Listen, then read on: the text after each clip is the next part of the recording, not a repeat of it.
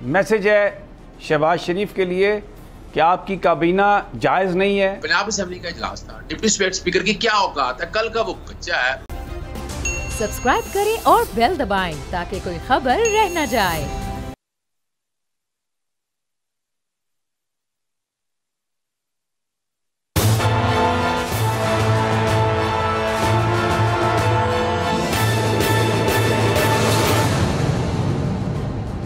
अस्सलाम वालेकुम नाज़रीन, मैं हूँ आपका मेज़बान समी इब्राहिम और आप देख रहे हैं प्रोग्राम तज्ज़िया। मेरे साथ हमारी को एंकर अलीना इलियास हैं और मुइन ज़ुबैर हमारे रिपोर्टर लाहौर से हमारे साथ हैं। अज़हर सदीक़ साहब भी हमें ज्वाइन कर लेंगे। बात आज होगी लाहौर के जलसे पर। इसके अलावा जो लाहौर की अदालतों में कानूनी जंग हो रही है, जिसमें एक इम्कान ये भी है कि शायद उस्मान बुज़दार साहब को दोबारा उनका रिस्टोर ना कर दिया जाए, वो भी अपील लगी हुई है, उस पर बात करेंगे। लेकिन सबसे अहम जो मैं आगाज़ कर रहा हूँ वो वेटरन ऑफ पाकिस्तान तंजीम है, मुसल्लह फ़ौज के रिटायर्ड अफसरान की, और उसमें नेवी के, एयरफोर्स के, बर्री फ़ौज के रिटायर्ड अफसरान। उन्होंने आज एक एमरजेंसी मीटिंग की और उनकी एग्जेक्टिव कमेटी ने, और उसके बाद एक इलामिया उन्होंने भेजा, बहुत अहम है, जिसमें उन्होंने कहा है पाकिस्तान के स्टेक होल्डर्स को और पाकिस्तान के ताकतवर लोगों को, यानी पाकिस्तान की एस्टैब्लिशमेंट को ये कहा है कि मौजूदा सूरत हाल के पेश नज़र ये बहुत ज़रूरी है कि आप एक केयर टेकर गवर्नमेंट 90 डेज़ के लिए बनाएं और मुनसफ़ाना और शफ़ाफ इंतखाबात का इनेकाद करें, क्योंकि इस वक्त जो सूरत हाल है वो बहुत गंभीर है, सोसाइटी पोलराइज्ड है और पाकिस्तान के इदारों को ख़तरात, पाकिस्तान के लोगों को ख़तरात लाहक हैं। इसमें बड़ी वजाहत से ये बात की गई है कि डिप्लोमेटिक केबल, वो साइफ़र जिसकी कौमी सलामती कमेटी ने तौसीह की, उसमें जो गैर सफ़ारती ज़बान इस्तेमाल की गई वो पाकिस्तान के अंदरूनी मामलात में मुदाखलत को बिलाशुबा साबित करती है।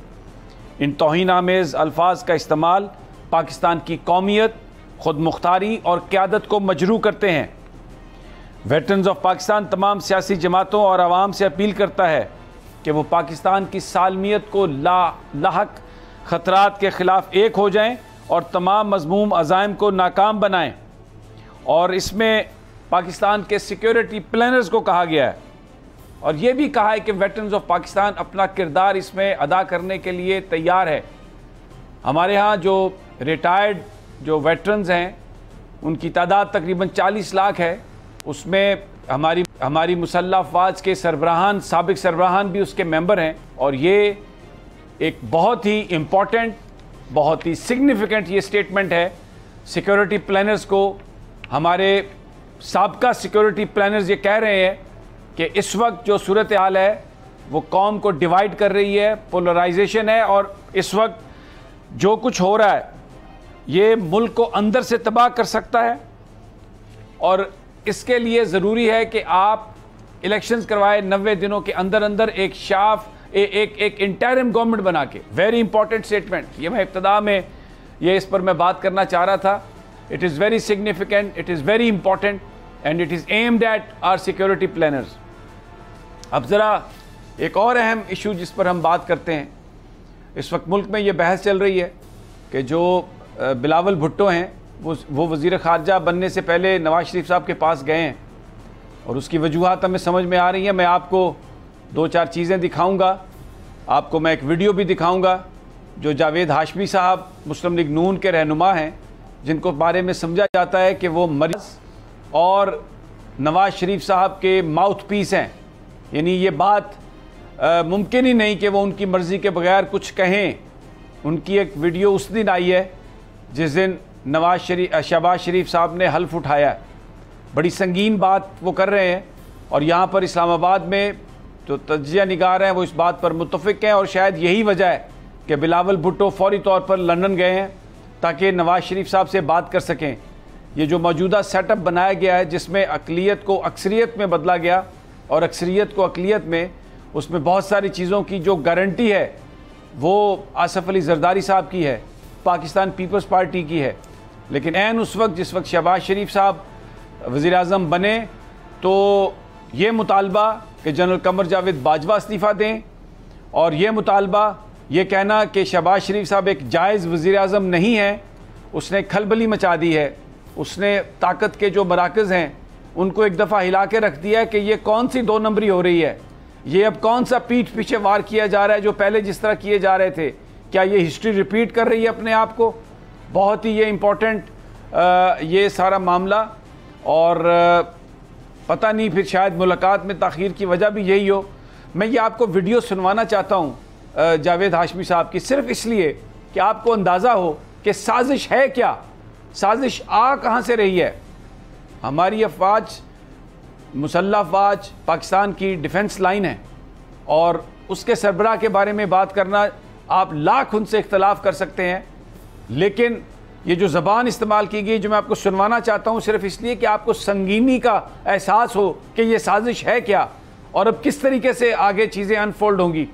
ये मैसेज है शहबाज शरीफ के लिए कि आपकी काबीना जायज़ नहीं है, आपकी वज़ारत उज़्मा जायज़ नहीं है, और जनरल बाजवा से कि आप इस्तीफ़ा दे दें। ये सब कुछ बहुत सारे लोग इस पर यकीन करते हैं कि जावेद हाशमी साहब मरियम नवाज़ साहबा और नवाज़ शरीफ साहब की इजाज़त मर्ज़ी के बग़ैर ये नहीं कर सकते।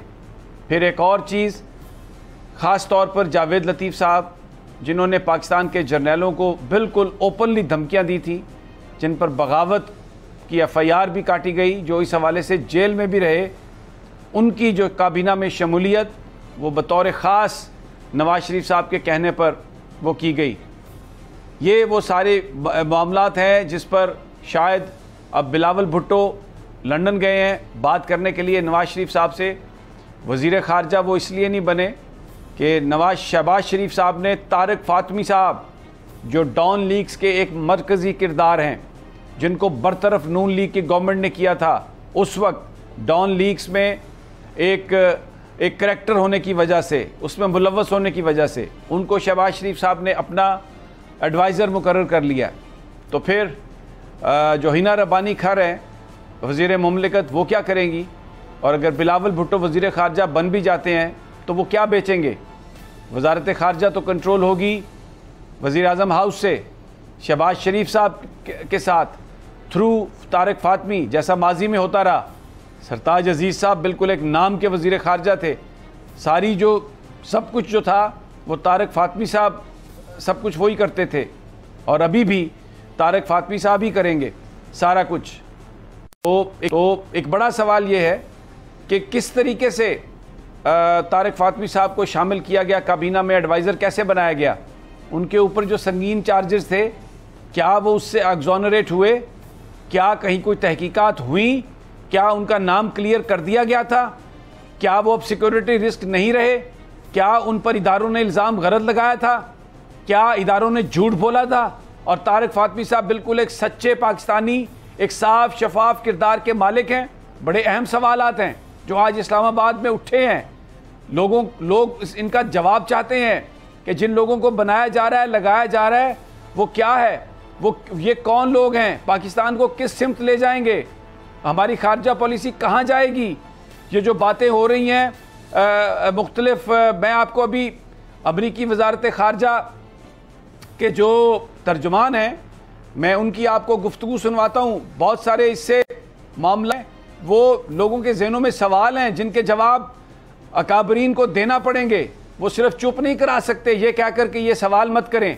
अगर माजी में आप ये कहते रहे हैं कि ये सब लोग पाकिस्तान की सिक्योरिटी के लिए ख़तरा हैं, अगर आप ब्रीफिंग्स देते रहे हैं, ऑफ द रिकॉर्ड ब्रीफिंग्स में ये बातें करते रहे हैं, तो अभी आपको जवाब देना होगा कि इनको कैसे एग्जोनरेट किया गया।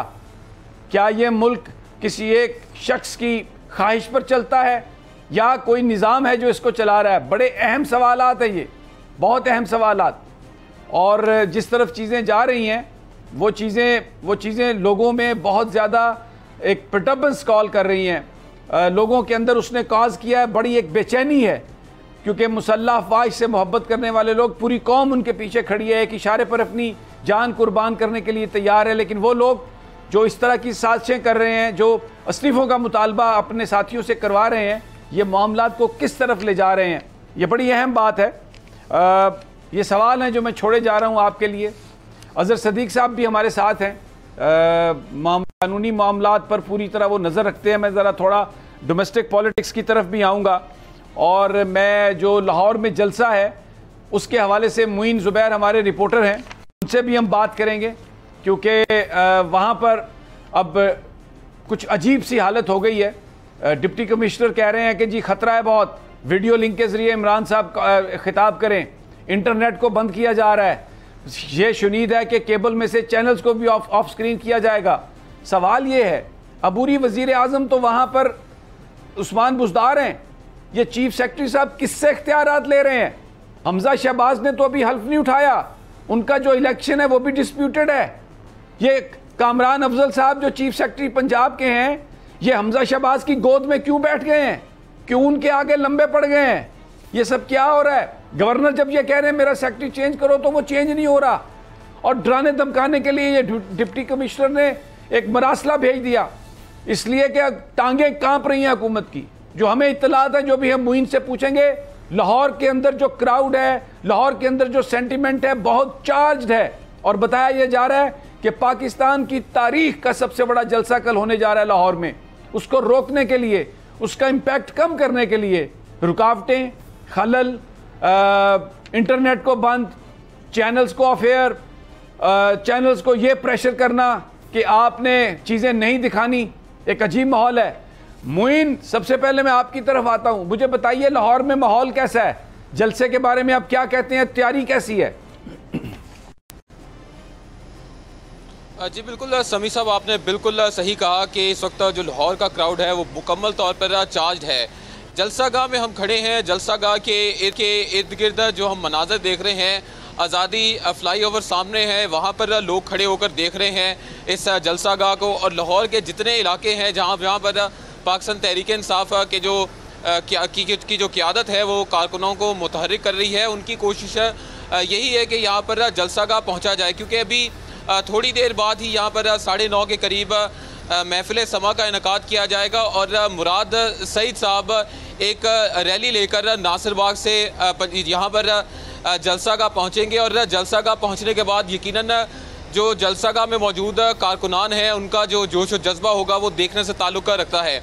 अगर तैयारियों के हवाले से आपको बताता चलूँ तो जलसा गाह में इस वक्त जो सामने स्टेज, मरकज़ी स्टेज तैयार किया गया है, ये तकरीबन 120 बाय 40 फुट का स्टेज है। और इस मरकज़ी स्टेज पर जो इनकी क़यादत है लाहौर की, जो जलसे को मुनज़्ज़म कर रही है, वो इंतज़ामात का इस वक्त जायज़ा ले रही है। इसी के साथ साथ जो जलसा गाह के इर्द गिर्द जगह है वहाँ पर तकरीबन 900 के करीब लाइट टावर्स लगाई गई हैं, और 15 SMDs लगाने की भी तैयारियाँ इस वक्त की जा रही हैं।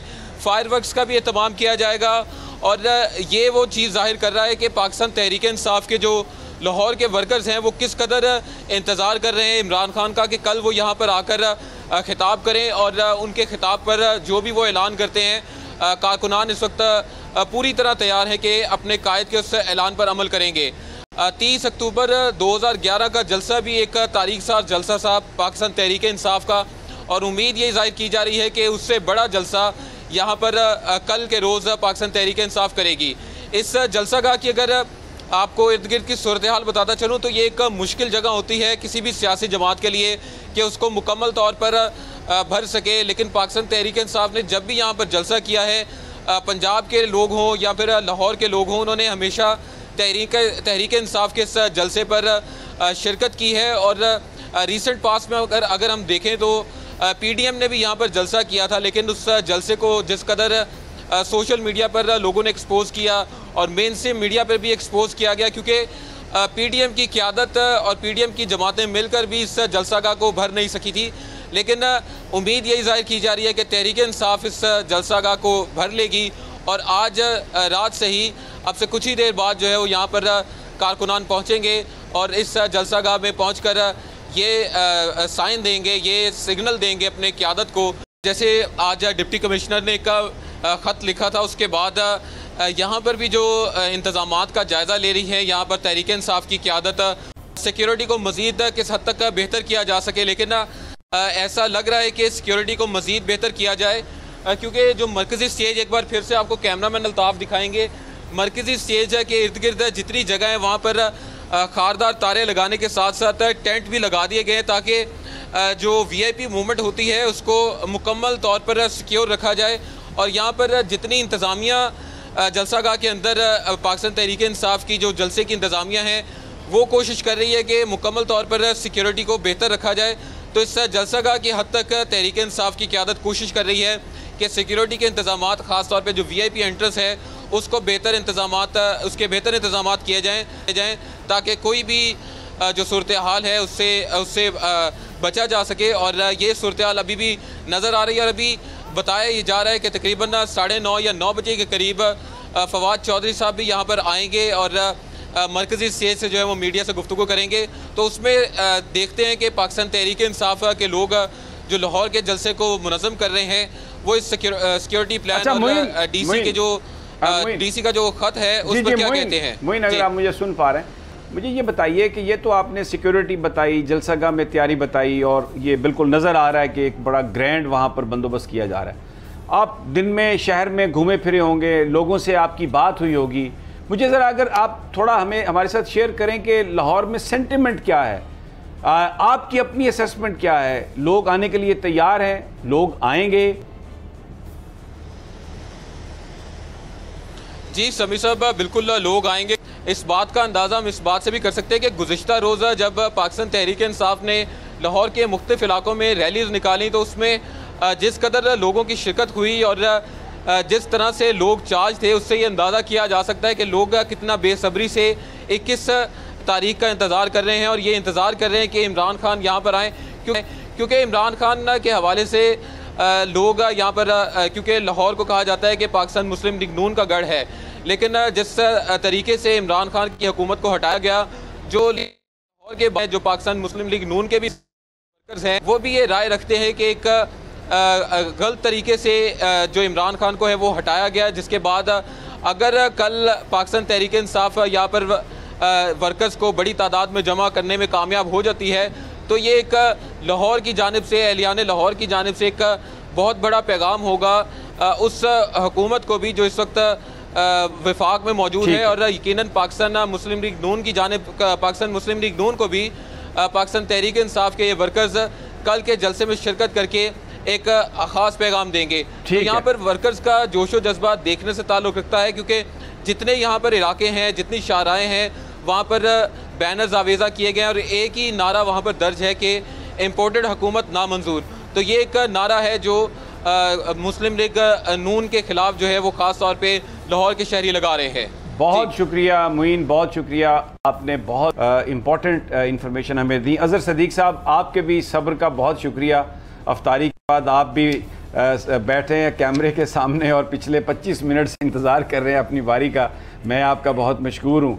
आपने ये सारी गुफ्तगू सुनी। मेरा सवाल ये है आपसे पहले कि ये जो लाहौर में ऑर्डर्स आ रहे हैं, ये जो डिप्टी कमिश्नर तहरीक इंसाफ के वर्कर्स को डराने के लिए इस तरह के सिक्योरिटी थ्रेट के जी आप वीडियो लिंक से खिताब कर लें, और चीफ सेक्रेटरी जो हैं वो गवर्नर के सेक्रेटरी को उनकी तबादला मानने के लिए तैयार नहीं है, बल्कि उसको सपोर्ट करने के लिए गवर्नर को चैलेंज कर रहे हैं।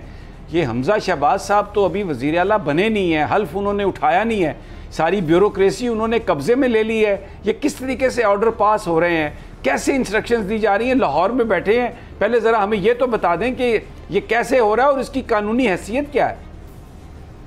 बहुत शुक्रिया समी साहब।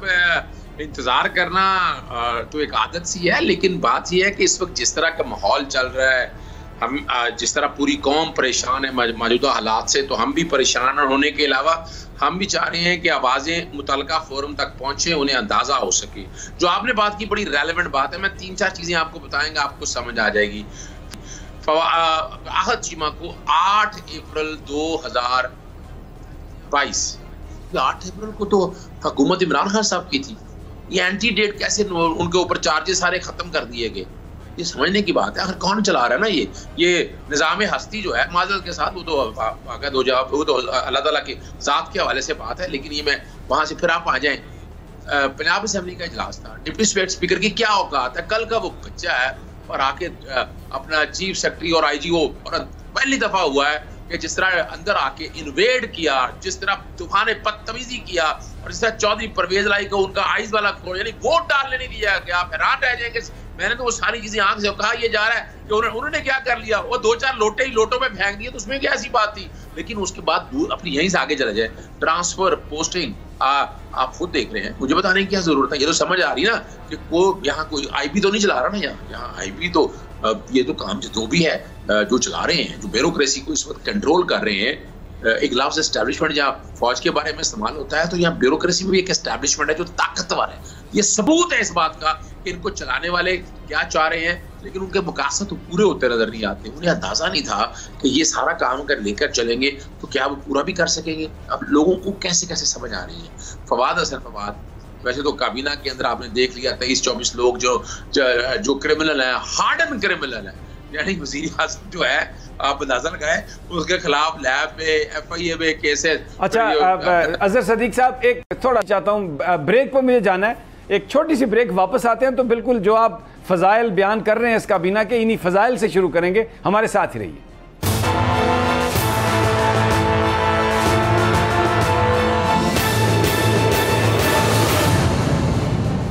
वेलकम बैक नाज़रीन। जो इस वक्त सूरत हाल है, लाहौर में जो कुछ हो रहा है, इस्लामाबाद में जो कुछ हो रहा है, उस पर हम बात कर रहे हैं। अजहर सदीक हमारे साथ हैं, एडवोकेट, और एक इम्पॉर्टेंट वो बात कर रहे थे। मैं उनकी तरफ जाता हूँ, एक एक करके जो मुख्तलिफ इस वक्त इश्यूज़ हैं उन पर मैं अजहर सदीक साहब चाहूँगा कि आप जवाब दें। और पहले जो आप बात कर रहे थे आप उसको कंप्लीट कर लें कि ये जो सारे ट्रांसफ़र्स, तबादले किस तरह से हो रहे हैं। हमज़ा शहबाज के पास कौन सा ऐसा आइनी इख्तियार है कि सारी की सारी ब्यूरोक्रेसी उनके पास चली गई है? कौन सी वो नादीदा कुव्वतें हैं, कौन से वो इनविजिबल हैंड्स हैं, कौन से वो हैंड्स हैं जिन्होंने दस्ताने पहने हुए हैं और सारी ब्यूरोक्रेसी को उन्होंने कदमों में डाल दिया जाके जनाब हमज़ा शहबाज की। और जो वज़ीर आला हैं, अबूरी वज़ीर आला उस्मान बुज़दार, उनकी बजाय वहाँ पर हमज़ा शहबाज जो हैं वो he is calling the shots, और चीफ सेक्रेटरी गवर्नर को ये कह रहा है कि नहीं मैं आपका सेक्रेटरी तब्दील करता, और जो आपके सेक्रेटरी ने लिखा है, आपको जो बताने की कोशिश की है वो बिल्कुल दुरुस्त है। और लाहौर का DC ये कह रहा है इमरान खान को कि जनाब वीडियो लिंक पर आइए आप, ये तो बड़ी सिक्योरिटी के थ्रेट हो गए हैं। ये याद रखिए, वज़ीर आला वहाँ पर उस्मान बुज़दार हैं, लेकिन ताकत किसी और के हाथ में है। मैं चाहता हूँ ज़रा ये मुझे बयान फरमाइए कि ये क्या है, इसकी कानूनी हैसियत क्या है, किस तरह ये सब कुछ हो रहा है। अच्छा, ये तो एक तो बड़ी हैरान, बड़ी मजेदार बात है। ये सारा जो कुछ हो रहा है, कहाँ गया मुस्तफा इपेक्स केस?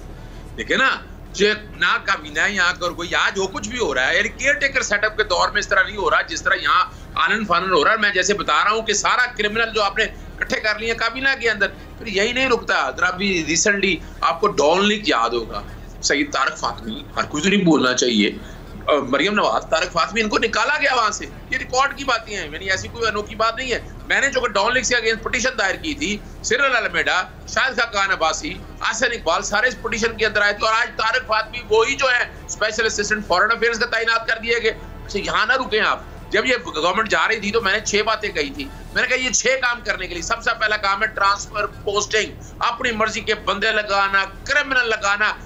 यानी राय ताहिर जो है DG FIA के, वो आज राणा सनाउल्लाह ने आते लगा दिया। क्या एहसान है, हर एक को पता है कि CTD में राणा सनाउल्लाह क्या करवाते रहे हैं। ये रिकॉर्ड की चीजें हैं।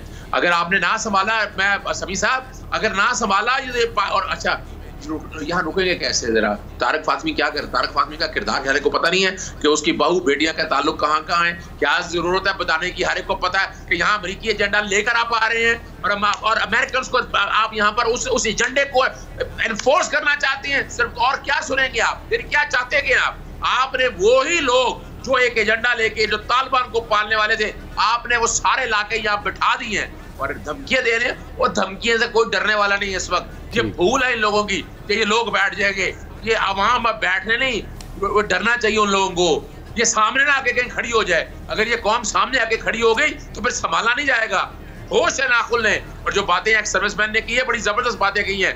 मैं जवेद, देखें हाशमी से अपनी जगह बात है, मैं जैसा भी हूँ, इमरान खान साहब को नुकसान पहुंचाने में ये सब लोग हैं, ये प्लांटेड लोग डाले गए थे वहां तक। आप क्या चाहते हैं? आप इस मुल्क को तकसीम करना चाहते हैं? आप इस कौम को तकसीम करना चाहते हैं? ये नहीं हो सकती तकसीम अब। अच्छा जी, खड़ी है। ठीक है, ठीक है। मैं अजहर सदीक साहब आपसे एक बात और कर दूं आपको। मैं एक और बात बताऊं जी। ये देखिएगा, यहाँ पूरा जोर क्या लगा रहे हैं। अब ये ना, ये अदालतों को भी इन्होंने इन्वॉल्व किया हुआ है। रात को खोल लेना अदालतें। लाहौर हाईकोर्ट में 2 पिटीशन दायर किए हैं कि जनाब मुझे हलफ लेने दें। ये क्या मजाक बनाया? मैं ये इसी पे आता हूँ, इसी पे मैं आ रहा हूँ। मैं अजहर सदीक साहब, मैं एक एक करके आएंगे ना तो व्यूअर्स को बहुत चीज़ें क्लियर हो जाएंगी। आज शहबाज शरीफ साहब जनाब सदर पाकिस्तान आरिफ अलवी से मिले, वहाँ पर उन्होंने बड़ा तरला प्रोग्राम किया अपने बेटे की वजारत आला के लिए। उन्होंने कहा कि गवर्नर को निकाल दें भाई, आपसे हमने तो किया है, ये किया है, वो किया है, आप अपनी सेहत को ठीक करें, तबीयत को ठीक करें और आप गवर्नर साहब को निकाल दें। और आपको पता है सदर साहब ने क्या जवाब दिया होगा। अब मैं आपको वो जो आइन है उसका आर्टिकल मैं चाहता हूँ ज़रा स्क्रीन पे चला दें हमारे प्रोड्यूसर साहब। वो ये कहता है कि गवर्नर का जो तकर्रुर है वो प्राइम मिनिस्टर की एडवाइस पर सदर पाकिस्तान करेंगे, लेकिन गवर्नर जो हैं एक तो वो उस वक्त तक वो रहेंगे जब तक उन्हें सदर की खुशनुदी हासिल रहेगी। भले एडवाइस भिजवा दी है, लेकिन वो उनके उस वक्त तक वो रहेंगे जब तक उनकी खुशनुदी हासिल हो जाएगी। अब सदर की खुशनुदी है, उन्होंने कहा है उमर सरफराज चीमा को कि आप अभी काम करें और काम करते रहें। अच्छा, अब मैं आपको एक दूसरा आइन की दूसरी शिक दिखाता हूँ जो चीफ मिनिस्टर के रेजिग्नेशन के हवाले से है, जिसमें यह कहा गया है कि जो चीफ मिनिस्टर में by writing under his hand address to the governor resign his office, यानी वज़ीर आला गवर्नर के नाम अपनी दस्तखती तहरीर के ज़रिए अपने ओहदे से इस्तीफ़ा दे सकेगा।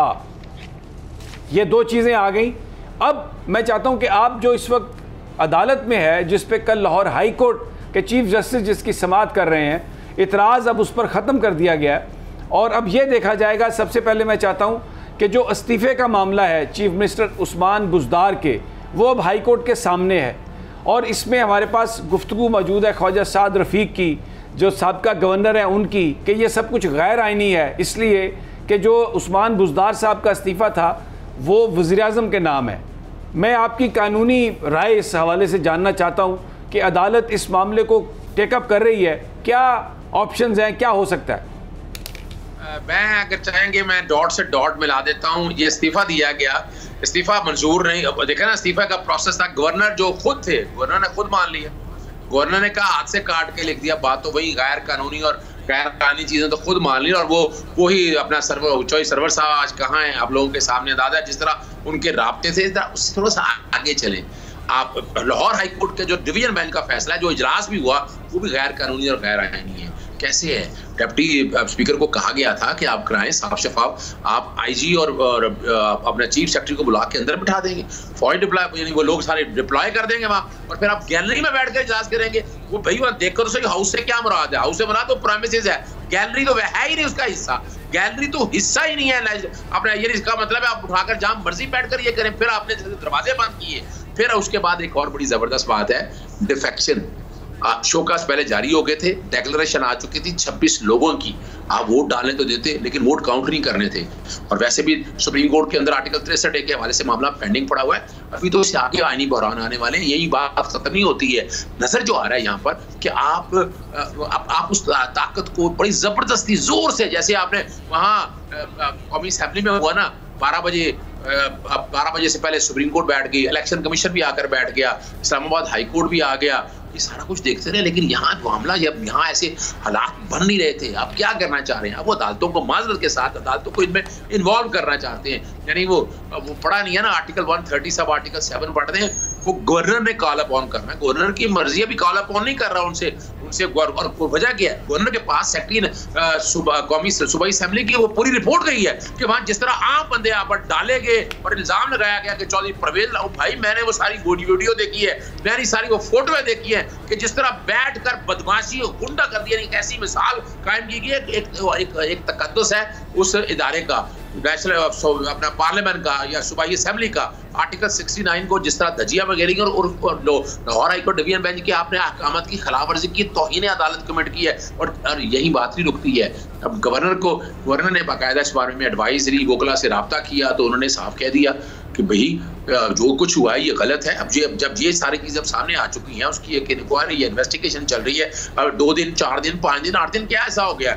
आइन ने इसीलिए इजाजत दी हुई है कि जब तक नया वजीर आला नहीं आता, मुंतखब नहीं होता, तो दूसरे वजीर, हालांकि वो वजीर आला उनकी पिटीशन भी चल रही है कि उनका इस्तीफा कानून के मायने के मुताबिक नहीं है। अगर कल लाहौर हाई कोर्ट अगर उनका वो बहाल कर देती है तो कहाँ गया ये इलेक्शन? ये इलेक्शन तो एक साइड में रह गया। फिर तो वहां पर वो मौजूद है, वहां पर इस्तीफा जाएगा, इस्तीफा मंजूर होगा, फिर देखा जाएगा। फिर और यहाँ मिन्नत अरला जो करने गए थे सदर पाकिस्तान से, सदर पाकिस्तान 28 दिन तक असम्बली रोक सकते हैं। मैं आपको एक राउंड अबाउट फिगर दे रहा हूँ कि अभी तो एडवाइस तो शायद उन्होंने आज भेजी हो ना, काबीना तो उनकी आज मुकम्मल हुई है ना। काबीना से आज फर्ज करें काबीना से मामला चला गया, काबीना को वो वापस भेज सकते हैं उस असम्बली को। सदर को इख्तियार है कि ये रीजन है, क्योंकि एट द प्लेयर ऑफ इस्तीफा तो दिया नहीं, आप रिमूव कर रहे हैं एक गवर्नर को, आप रिमूव कर रहे हैं। अगर उमर चीमा ने इस्तीफा दे दिया तो पोजीशन कुछ और होती। अब लाहौर हाईकोर्ट के सामने 2-3 बड़ी वाज़ेह बातें। अच्छा, यहाँ पर रुक जाइए, यहाँ पर रुक जाइए अजहर सदीक साहब, यहाँ पर रुक जाइए। लाहौर हाईकोर्ट के सामने 2-3 वाज़ेह चीजें हैं। मैं चाहता हूँ कि एक छोटा सा हमने वक्फा लेना है, वापस आऊँ तो उस पर बात करें। और मैं एक और भी एक बड़ी इसकी सैड स्टोरी है इस सारे मामले की। आसिया अमजद एक नौजवान रुकन असम्बली, सूबाई असम्बली की, और उन पर जो तशद्दुद हुआ, उनको जो पुलिस ने वहाँ पे, या शायद दोस्त मोहम्मद मज़ारी के गुंडों ने जो मारा पीटा, उनके दिमाग में खून का लोथड़ा, और वो इस वक्त पिंडी में मिलिट्री हॉस्पिटल में ज़िंदगी और मौत की कशमकश में मुब्तला हैं और कोमा में हैं और वो वेंटिलेटर पर हैं। अगर खुदा न खास्ता उन्हें कुछ हुआ, उसका ज़िम्मेदार कौन होगा? और अभी कोई पर्चा दर्ज नहीं हुआ किसी के ख़िलाफ़, और चीफ सेक्रेटरी साहब गवर्नर को आंखें दिखा रहे हैं। हमजा शहबाज वहाँ पर कोई उनकी आईनी कानूनी हैसियत नहीं है, लेकिन ही इज़ कॉलिंग शॉट्स। एक अजीब ये एक गैर आईनी और गैर कानूनी काम हो रहे हैं, लेकिन कौम ये सवाल पूछने का हक रखती है कि कौन लोग हैं वो जिन्होंने ये सब कुछ करने की इजाज़त दी है? इस सारी सूरत हाल का आर्किटेक्ट कौन है? क्या वो भी कोई जवाब देगा? ये सब एक छोटे से वक्फे के बाद।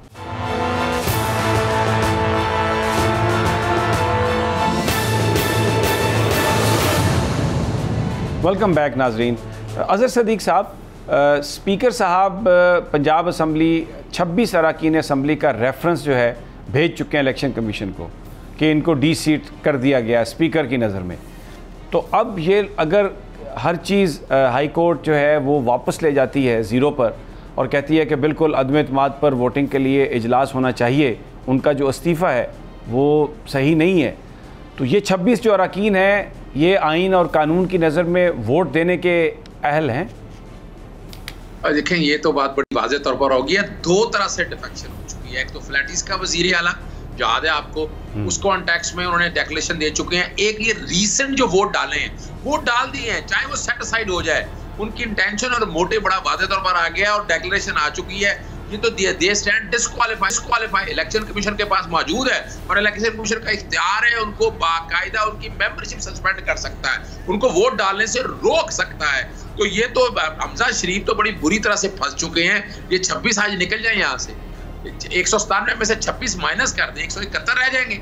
171 के बाद वो जब निकालेंगे आप, तो 5 तो पीटीआई के पक्के वोटर हैं जो बाकायदा रिजर्व सीट के ऊपर है, तो वो वहां पर आ जाएंगे। तो चौधरी परवेज अलाई तो बड़े आराम से वज़ीर आला बनते हुए मुझे नजर आते हैं। एक मैं और बता दूंगा समी साहब, मैंने कुछ 3 मेंबरान हैं जो पीटीआई से और काफ लीग से है, मैं उनकी तरफ से जो डिप्टी स्पीकर है दोस्त मदारी, उनको कानूनी नोटिस जारी करने लगा हूँ और उनके खिलाफ कोई पता नहीं बगावत का मुकदमा दर्ज कराने में से मामला भी लेके जाऊंगा। जिस तरह उन्होंने इंटरफेरेंस की है, जिस तरह उन्होंने प्रिविलेजेस तोड़ी हैं, 1972 का एक्ट जिस तरह तोड़ा है, तार किया है, और वो अकेले नहीं काम कर रहे थे। और इनका हम बाकायदा मोबाइल का फोरेंसिक कराएंगे कि इनको इंस्ट्रक्शन सारी हमजा शरीफ से कहां से आ रही थी, इनके टेलीफोन पे वो सारा रिकॉर्ड महफूज हो रहा है। और ये संभाल के रखिएगा दोस्त मजारी साहब, मैं आपको बता रहा हूँ, आपके खिलाफ सख्त से बहुत चीजें सोच रही है और आपके खिलाफ बड़ा सख्ती से आने लगे हैं कि आप इंस्ट्रक्शन कहां से लेते रहे। मिसाल के तौर पर आपने जो लाहौर हाईकोर्ट में जिस दिन पेश हुए थे आईसीए में, उससे एक दिन पहले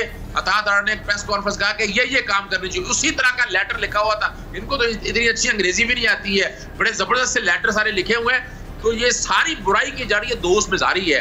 ऐसे बंदों को जो बैठकर या यहाँ पर साजिशें कर रहे हो, आप तकद्दुस पामाल कर रहे हैं वहां पर, तो इनके अगेंस्ट भी पूरी तरह से मामला लेके जाएगा। इनकी डिस्क्वालिफिकेशन के हवाले से भी जो प्रिविलेज तोड़ी है इन्होंने, जो कानून तोड़ा है, असेंबली के फ्लोर पे बैठकर इन्होंने जो ज्यादतियां की है, तकद्दुस पामाल की है, और हम और अपना लाहौर हाईकोर्ट के सामने तो बाइस की बातें नहीं करें कि इनका जाती इंटरेस्ट है। ये चेन ऑफ इवेंट सारे जो है ना, ये जाती इंटरेस्ट जो करते हैं। एक मैं और बात बता दूं आपको कि सुबह जो पिटीशन लगी हुई है ना, लाहौर हाईकोर्ट के पास तो इख्तियार नहीं है कि गवर्नर को हदायत जारी कर सके। मैं बड़ी बात करने लगा हूँ, आर्टिकल 248 सामने है। ये जो बैठे हो ना कि मैं सेरा बिछा के बैठा हूँ, मैं सुबह ही मुझे हाईकोर्ट डायरेक्शन दे देगी, अपना गवर्नर इम्यून है, गवर्नर अपने इख्तियारात का इस्तेमाल कर रहे हैं, उसको तो कोई कोर्ट क्या भी कुछ नहीं सकती है। ये 248 आर्टिकल अगर आप पढ़ के देख लें तो वो उन्होंने क्या किया, उन्होंने देखिए एक और काम किया कि वो इंतजार करते रहे, जान के ऑब्जेक्शन ऐसा फाइल कर दिया, फाइल करके देखा कि कब अपना जो है ना चीफ जस्टिस साहब लाहौर हाईकोर्ट तशरीफ लाते हैं तो ये पिटीशन उनके सामने आए। अब उस पिटीशन में जब गवर्नर को आप नोटिस तो कर नहीं सकते, गवर्नर से पूछ नहीं सकते, उन्होंने सेक्रेटरी बनाया। अच्छा, वो सेक्रेटरी किस लिए बनाया? सेक्रेटरी तो उन्होंने अपना बिठाया हुआ वहां पर, यानी उसका यानी अगर गवर्नर कह रहे हैं कि उसको हटा दे, उसको हटा नहीं रहे, यानी अब ये क्या, ये सारे मामले में कोर्टें आकर इंटरफेयर होंगी इन पॉलिटिकल क्वेश्चंस के अंदर। I don't think so court को इंटरफेयर होना चाहिए सारे मामले में। ये मामला अब नहीं, लेकिन अजहर सदीक साहब आप कह रहे हैं होना नहीं चाहिए, वो तो रात को फिर 12 बजे दरवाजे भी नहीं खुलने चाहिए थे, और जजेस को ये भी नहीं कहना चाहिए था कि 15-15 हज़ार लोगों के साथ और सियासी जमातें अपना, तो वो ये इस तरह की गुफ्तगू भी हो रही है, फैसले भी आ रहे हैं, और तो होना नहीं चाहिए और बात है, लेकिन जो हो रहा है वो तो ऐसा है जो बड़ा। बट जैसे साहब अदालत की तरफ से ये चीज़ भी तो आई थी ना, जिसमें उन्होंने कहा था एक स्पेसिफिक आर्टिकल है जिसके तहत जो अदालतें हैं वो कभी भी खुल सकती हैं, 20 लेवल होती हैं अदालतें, तो थोड़ा उस पर भी रोशनी डाल दीजिएगा। मुझे इस पर कोई एतराज़ नहीं है, मुझे कोई एतराज़ नहीं है इसके ऊपर, लेकिन सवाल है किस काम के लिए खुली है, कौन सा हिसाब देना है। अभी तो तौहीनी अदालत हुई नहीं। तौहीनी अदालत में अर्जेंसी कौन सी होती है? मैंने तो आज तक कोई केस ऐसा नहीं देखा कि जो तौहीनी अदालत में अर्जेंसी हो। अर्जेंसी कौन सी थी इसमें कि अभी 12 और ये बड़ा टेक्निकल सवाल रखने लगा हूं मैं आपके सामने समी साहब। अबेट हो चुकी थी वोट ऑफ नो कॉन्फिडेंस, 3 तारीख को सुप्रीम कोर्ट ने स्टे नहीं दिया और 3 तारीख वैसे ही गुजर गई, तो आप 7 तारीख को गए, 3 तारीख को वोट ऑफ कॉन्फिडेंस कराया जाए, नो कॉन्फिडेंस कराया जाए, वो तो अबेट हो चुकी है, 7 दिन तो गुजर चुकी है, वो तो अब खत्म हो गई है, उसका वजूद ही कोई नहीं है। और आप जब टाइम बढ़ा रहे हैं, फिर आप ये था कि यानी परेशानी किस बात की थी, ये जो बैठे हुए थे आर्किटेक्ट यहाँ पर नेशनल असेंबली के अंदर शहबाज शरीफ वगैरह की, अगर रात के 12 बज जाएंगे, आप देखें ना 12 बजने में 2 मिनट पे पूरा ड्रामा किया गया, 12 तो बज गए ना, 12 तो बज गए। अदरवाइज भी ये रिव्यू के अंदर ये सारे पॉइंट लेकर आ रहे हैं। हमारा कंसर्न बड़ा वाज़ेह है, बिल्कुल 24 घंटे के लिए अदालत है, कोई शक नहीं है, लेकिन एक सवाल है कि कंटेम्प्ट तो हुई नहीं सर, अदालत को इस वक्त तो नहीं बैठना चाहिए था, जो साफ सवाल है, मैं भी जवाब नहीं दे सकता, मुझे पूरी उम्र गुजर गई है अदालतों को डिफेंड करते हुए, मैं नहीं डिफेंड कर पा रहा। इस्लामाबाद हाईकोर्ट क्यों आकर बैठ गई, इलेक्शन कमीशन क्यों बैठ गया, कौन से भाई एक वक्त में डिस्क्वालिफिकेशन हो जाती है, डिस्क्वालिफिकेशन नोटिस होना है, कंटेम्प्ट में पहले नोटिस होना है, शोकाज होना है, एविडेंस रिकॉर्ड हो रही है, फिर जाकर के। अच्छा मुझे बताएं आईन इस हवाले से क्या कहता है, अगर गवर्नर साहब उनका हल्फ नहीं उठाते हैं तो फिर कौन हल्फ उठाएगा ऐसी सिचुएशन में, जब आपको पता है कि हालात इतने खराब हुए हैं, एक बड़ा सूबा है पंजाब। देखिए उसकी वजह ये है कि अगर गवर्नर माजूरी इजहार करे या गवर्नर माजूरी नहीं इजहार करे, ये फर्क है। अगर देखिए जैसे सदर पाकिस्तान जो है वो बीमार थे तो उनकी जगह पर चेयरमैन सेनेट ने हलफ ले लिया, तो यहाँ पर अगर मिसाल के तौर पर यहाँ गवर्नर कह रहे हैं, वो तो माजूरी का इजहार ही नहीं कर रहे, वो तो कह रहे हैं मैंने अपनी आईनी इख्तियारात इस्तेमाल करे, मैं हलफ नहीं लूंगा जब तक मैं सेटिस्फाई ना हो इन चीजों के हवाले से। वो अपने आप को सेटिस्फाई करना चाहती हैं और वो देखना चाह रहे हैं कि असेंबली पाकिस्तान के अंदर कानून की हुक्मरानी है, आर्टिकल 4 और 5 का निफाज हो रहा है या नहीं हो रहा, वो एक अपने आईनी इख्तियारात को इस्तेमाल करे और आइन उन्हें ये इख्तियारात इस्तेमाल करने की इजाजत देता है। हम जबरदस्ती कहें कि बैठकर नहीं भी आज या हलफ लो, पहले ही अदालतों के ऊपर इस तरह के बहुत बोझ है, मैं नहीं समझता कि हमारी कोर्टों को इस तरह के मामलात में इस तरह का। अच्छा एक और बात अजहर सदीक साहब, एडवोकेट जनरल पंजाब जो हैं उन्होंने गवर्नर साहब ने जो उनसे मांगी उनकी राय, उसमें उन्होंने कहा कि ये जो बुज़दार साहब का रेजिग्नेशन है ये गैर कानूनी है, ये गैर आइनी है, ये बिल्कुल नहीं हो सकता। तो अब एडवोकेट जनरल की राय भी आ गई, गवर्नर साहब ने भी बात की, जाने वाले, तो अब क्या इसमें, तो फिर वो आपको क्या लगता है वो बहाल उनके होने के चांसेस हैं? समी साहब ये कॉन्स्टिट्यूशनल पोस्ट है, मेरी जाती राय के मुताबिक ये बड़ा इंपॉर्टेंट, बड़ा कॉन्स्टिट्यूशनल इशू है। Let a larger bench be constituted. इसमें जो है ना, अगर वाकई हाईकोर्ट देखना चाहती है इस सारे मामले में एक लार्जर बेंच तश्कील दिया जाए, एक बड़ा बेंच तश्कील दिया जाए जो इस सारे मामले को इसकी पेचीदगियों देखे कि रेजोल्यूशन कैसे आया। लेकिन बड़ा बेंच तो बनेगा, उसमें टाइम लगेगा, तो सूबा गवर्न कैसे होगा? देखिए ना आईन ने गुजारिश दी है ना, इस वक्त वजीर आला मौजूद है, वो वजीर आला की तो सुन कोई नहीं रहा, चीफ सेक्रेटरी तो बात नहीं मान रहा, वो तो तबादले हमजा शहबाज कर रहा है।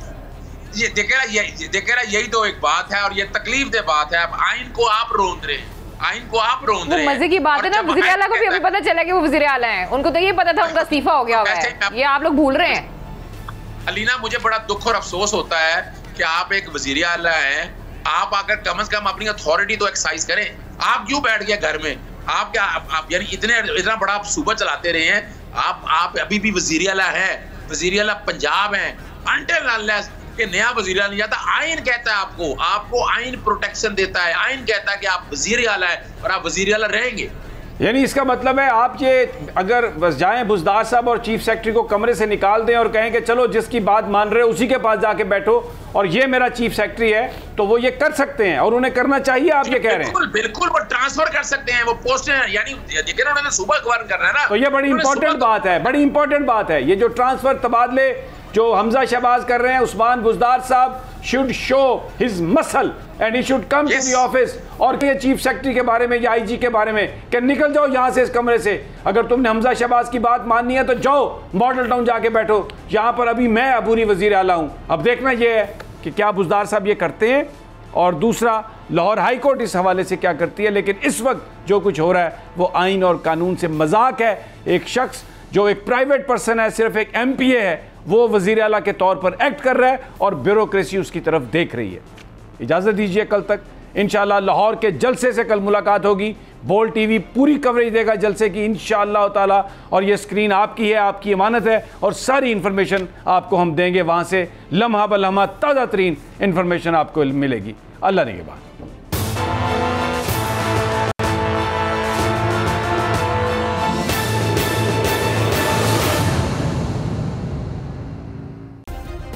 सब्सक्राइब करें और बेल दबाएं ताकि कोई खबर रह न जाए।